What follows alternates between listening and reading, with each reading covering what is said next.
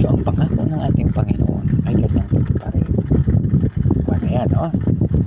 So ngayon, sa letter B, ang marami kong salay, iyong patawarin. Mayroong isang kwento, mga kaibigan, no? Mayroong isang binata, lumapit doon sa matanda. Kasi di ba, halimbawa, pag sa baryo tayo, yung mga matatanda kasi, yung mga senior citizen, hindi basta-basta kasi yan. Namumunga pa rin sila, no, sa kanilang katandaan, malakas, parang cedar ng Libano, parang punong kahoy ng Libano yan. Ibig sabihin, mayroon pa silang katas, at ang katas na yan ay ang wisdom. Ibig sabihin na yung mga experience nila hindi basta-basta, no? Tulad yung aking pinsan, yung aming tita, si Manay Tining tawag namin, pag sa probinsya kasi iba, hindi siya auntie, uncle, Manay, Nanay Tining, no? Nanay.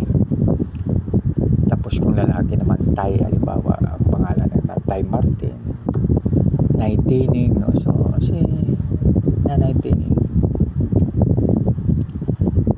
Tapos si Lola Carmen, ito ang sinasabi sa amin na bago magtulog, huwag maghilamos ng mukha, pati mata, basa.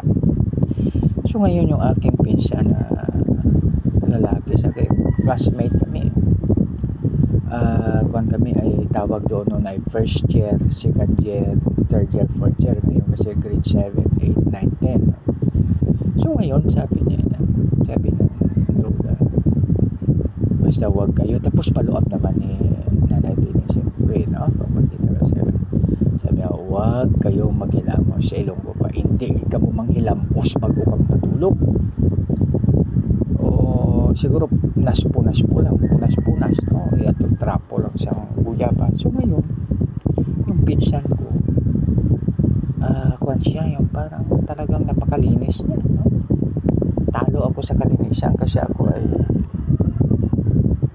kahit na medyo makati-kati ang mukha, pwede ako makatulog. Basta antukin ako, tulog ako. Kahit anong gulo po, tulog po ang iyong abang ko. So pagdating namin ng second year, grade 8 na kami, nagsalamin na siya. Pagpandang huli naman, mga kaibigan, gumaling naman siya kasi bata pa po. Kaya yun, no?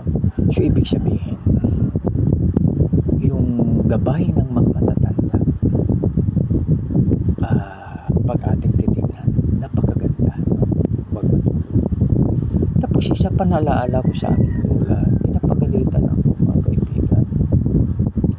Diba, galing po ako sa labas na pawis. Diba ang ating ginagawa ay mga lalaki, nag-ubad tayo, pagalitan ako ni lola. Tapos sabi niya, ito muna, dyan ka muna sa labas, punasan mo yung likod mo, dyan ka muna ng mga 5 minutes, tapos saka papapasok sa bahay. So sabi ko, grabe naman itong lola ko, stricta. Tapos si Manay Tining, ganun din, pag magubad ka ng damit, pagalitan ka talaga, no? So kaya siyempre kuwan tayo, apo ako, tapos pamangkin ako ni Manay Tining. So kaya sinusunod ko.